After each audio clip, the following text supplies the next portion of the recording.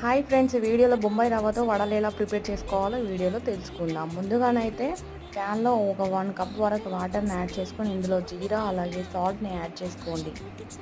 ఇలా 2 మినిట్స్ పాటు బాయిల్ చేసుకోండి. ఇందులోనే రవ్వని యాడ్ చేసుకోండి.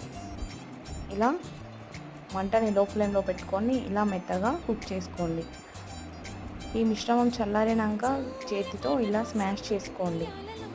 వీడియోలో చూపించిన విధంగా వడల్లాగా వీటిని ఇలా వడ షేప్లో చేసుకొని అన్నింటినీ ఇలానే చేసి పక్కన పెట్టుకోండి.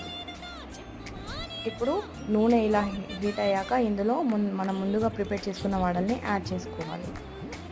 గుర్తుపెట్టుకోండి, ఫ్లేమ్ని లో ఫ్లేమ్లో మాత్రమే పెట్టండి. వీటిని అన్నింటినీ ఫ్రై చేసుకోండి. అంటే ఫ్రెండ్స్, ఈజీగానైతే ఉంటుంది. సో మీరు కూడా ట్రై చేయండి. ముందుగానైతే పప్పులేమి నానబెట్టని అవసరం లేదు.